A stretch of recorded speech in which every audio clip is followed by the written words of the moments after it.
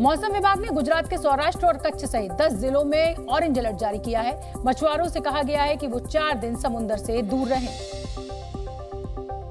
इसलिए समंदर में मछली मारने के काम को पूरी तरह से बंद कर दिया गया है। जखाऊ तट पर सन्नाटा पसरा हुआ है। फिशिंग बोट्स किनारे लगा दी गई हैं ताकि उन्हें नुकसान न पहुंचे। समुद्र के अंदर आप करंट इतना ज्यादा होगा कि नौका को संभालना लगभग नामुमकिन होगा। इसी वजह से जितनी भी नौकाएं हैं आप लाइन से देख सकते हैं, और उस लाइन के आगे भी अगर आप देखेंगे जितनी भी छोटी छोटी नौकाएं, बड़ी नौकाएं भी हैं, वो इस वक्त समुद्र के किनारों पर खड़ी कर दी गई है। मौसम विभाग के मुताबिक 15 जून तक चक्रवात बिपरजॉय गुजरात और पाकिस्तान में गंभीर रूप ले लेगा। हजारों लोगों को सुरक्षित जगहों पर पहुंचा दिया गया है। समुद्र से 5 किलोमीटर के दायरे में रहने वाले लोगों के बाद अब 10 किलोमीटर के दायरे में मौजूद लोगों को शिफ्ट करने का काम चल रहा है, जिसके तहत कच्छ सौराष्ट्र में समुद्री तट से 10 किलोमीटर की सीमा में मौजूद गांवों के लगभग 23,000 लोगों को शेल्टर होम में पहुंचाने के लिए मंगलवार से बड़ा अभियान चलाया गया। तटीय इलाके हैं, उनके आसपास का जो रूरल इलाका है कच्छ के आसपास का 10 से 12 किलोमीटर का, वो जहाँ पे जो गांव आते हैं उन तमाम गांवों को वहां से खाली करवा दिया गया है। लोगों को निकालकर पास की पक्की जो स्कूल की बिल्डिंग है वहां पर, वरना एडमिनिस्ट्रेटिव जो बिल्डिंग्स हैं वहां पर उनको रखा गया है। वहीं सूरत में तेज हवाओं की वजह से 20 से ज्यादा पेड़ गिर गए। जिस तरह यहाँ पे तेजी से हवा चल रही है उसके चलते यहाँ पे जो बीच है वो सैलानियों के लिए बंद कर दिया गया है। SDRF और जो मरीन कमांडो है वो दरियाई तट इलाके में तो सतत जो मॉनिटरिंग है वो मॉनिटरिंग कर रहे हैं। 14 जून की तुलना में 15 जून को ज्यादा बारिश होने का अनुमान है। सबसे ज्यादा असर सौराष्ट्र कच्छ इलाके में होगा।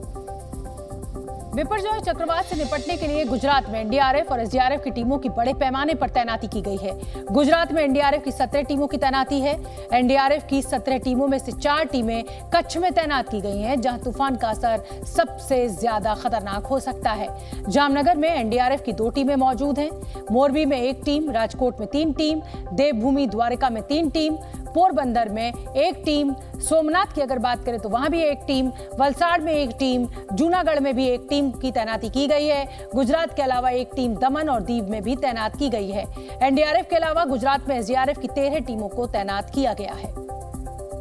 हमारी पूरी निगाह है, ऑफिसर्स डिप्लॉयड हैं ऑन ग्राउंड, स्टेट से पूरा समन्वय है, कोऑर्डिनेशन है, लगातार संपर्क कर रहे हैं और ये इंश्योर किया जा रहा है कि जो थ्रस्ट एरिया है वहाँ पर टीम की तैनाती हो।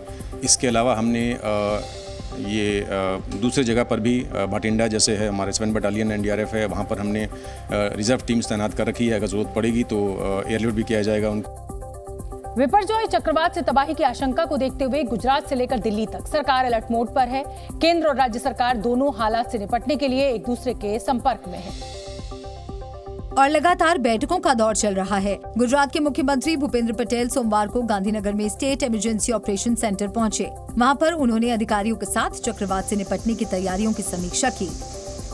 वहीं कच्छ में केंद्रीय स्वास्थ्य मंत्री मनसुख मांडविया ने मोर्चा संभाला हुआ है। उन्होंने कच्छ के अलग अलग जिलों की टीमों के साथ वीडियो कॉन्फ्रेंसिंग के जरिए बैठक कर तैयारियों का जायजा लिया।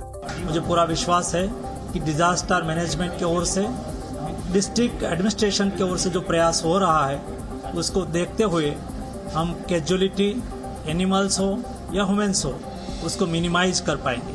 गुजरात में तटीय जिलों के हालात पर नजर रखने की जिम्मेदारी मंत्रियों को दी गई है। प्रधानमंत्री कार्यालय खुद हर एक डिस्ट्रिक्ट प्रशासन से डायरेक्ट संपर्क में, कैबिनेट सेक्रेटरी से लेके गुजरात के सभी अधिकारी एक दूसरे के साथ संपर्क में। दिल्ली में भी अमित शाह ने बिपरजॉय की तैयारियों को लेकर वीडियो कॉन्फ्रेंसिंग के जरिए बैठक की। बैठक में गुजरात के मुख्यमंत्री, गृह राज्य मंत्री और 6 जिलों के प्रशासनिक अधिकारी जुड़े। कल प्रधानमंत्री मोदी ने भी बिपरजॉय को लेकर बैठक की थी। PM मोदी ने कंट्रोल रूम 24 घंटे खुले रखने और हालात पर नजर रखने के निर्देश दिए।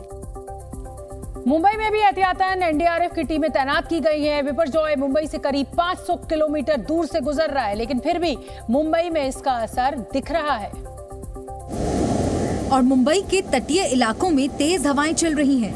समंदर में ऊंची लहरें उठ रही हैं।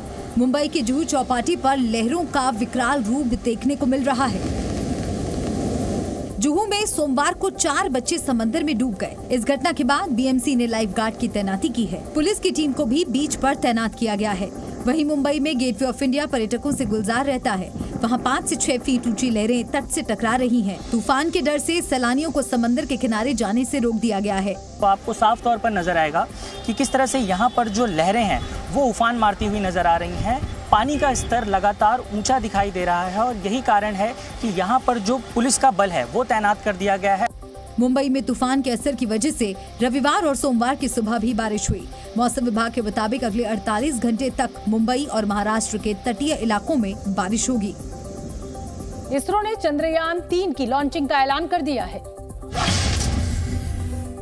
इसरो के अध्यक्ष ने कहा कि 12 से 19 जुलाई के बीच चंद्रयान 3 लॉन्च होगा। इसकी तैयारियां अंतिम चरण में चल रही हैं और चंद्रयान पहले ही यू और राव सैटेलाइट सेंटर से श्रीहरिकोटा के सतीश धवन स्पेस सेंटर के लॉन्च पैड पर पहुंच चुका है। दिल्ली एनसीआर समेत उत्तर भारत में आज भूकंप के तेज झटके महसूस किए गए। रिक्टर स्केल पर भूकंप की तीव्रता 5.4 मापी गई और इसका केंद्र जम्मू कश्मीर के डोडा में था। एमएसपी को लेकर कुरुक्षेत्र में किसानों का धरना आज भी जारी है। सूरजमुखी पर एमएसपी बढ़ाने की मांग को लेकर किसानों ने दिल्ली चंडीगढ़ हाईवे को ब्लॉक किया। किसान नेता राकेश टिकैत भी इस धरने में मौजूद रहे। मुंबई पुणे एक्सप्रेसवे पर लोनावला के पास एक तेल टैंकर दुर्घटनाग्रस्त हो गया। टैंकर में आग लगने के बाद तेज धमाका हुआ। इस दौरान एक्सप्रेसवे पर लंबा जाम लग गया। इस हादसे में 4 लोगों की मौत हो गई। सोशल मीडिया प्लेटफॉर्म ट्विटर के पूर्व सीईओ जैक डोर्सी ने केंद्र सरकार पर बड़ा आरोप लगाया है। उन्होंने कहा कि कृषि कानूनों के खिलाफ भारत में हुए विरोध प्रदर्शन के समय सरकार ने आलोचना करने वाले कई ट्विटर अकाउंट्स को ब्लॉक करने के निर्देश दिए थे। यही नहीं, डोर्सी ने दावा किया कि भारत सरकार की तरफ से उन पर दबाव बनाया गया और ट्विटर को भारत में बंद करने की भी धमकी दी गई। लेकिन इन आरोपों को भारत सरकार ने सिरे से खारिज कर दिया। केंद्रीय मंत्री राजीव चंद्रशेखर ने कहा कि डोर्सी सरासर झूठ बोल रहे हैं। This is a fiction that he has put out there for whatever reasons that he's put out there. But the facts are that the government of India has consistently maintained that any platform, whether they are foreign or Indian, whether they are big or small, must comply with Indian laws if they are to operate in India and offer services and products to the Indian citizen. केंद्रीय मंत्री राजीव चंद्रशेखर ने Jack dorsi के उस बयान को भी गलत करार दिया कि जिसमें उन्होंने सरकार की बात न मानने पर ट्विटर कर्मचारियों को जेल भेजने की धमकी का आरोप लगाया था। He has used phrases like raids and sending to jail. The facts are out there for you. You are journalists. You can find out between 2020 and 2022 if anybody from Twitter or indeed any social media platform was sent to jail. India is a democracy where rule of law prevails. Rajiv Chandrashekhar ने Twitter पर भारत और विदेश में एक social media platform के तौर पर अपने मंच के दुरुपयोग का आरोप भी लगाया। उन्होंने बताया कि कैसे ट्विटर भारतीय संविधान के अनुच्छेद 14 और 19 का उल्लंघन करता आया है। लेकिन ट्विटर के पूर्व सीईओ जैक डोर्सी के बयान को विपक्ष ने लपक लिया। कांग्रेस सहित तमाम विपक्षी पार्टियां सरकार पर मीडिया का गला घोंटने का आरोप लगाने लगी। कांग्रेस नेता रणदीप सुरजेवाला ने कहा कि देश में लोकतंत्र की आड़ में तानाशाही चल रही है। This proves that we have dictatorship in garb of democracy in the country. Let Prime Minister come forward and answer. आम आदमी पार्टी संयोजक और दिल्ली के सीएम अरविंद केजरीवाल ने कहा कि किसान आंदोलन को रोकने की कोशिश करना गलत था। ठीक नहीं था। मतलब देश के अंदर अगर कोई किसान आंदोलन को रोकने की अगर कोशिश की गई तो ये तो गलत बात है। लेकिन बीजेपी प्रवक्ता रविशंकर प्रसाद ने कहा कि देश के संविधान और कानून के साथ खिलवाड़ कोई भी नहीं कर सकता, फिर चाहे वो ट्विटर हो या कोई और सोशल मीडिया प्लेटफॉर्म। एक बात साफ है, भारत में सारे सोशल मीडिया का पूरा सम्मान है। भारत एक लोकतंत्र है, लेकिन भारत का संविधान, भारत का कानून मानना पड़ेगा।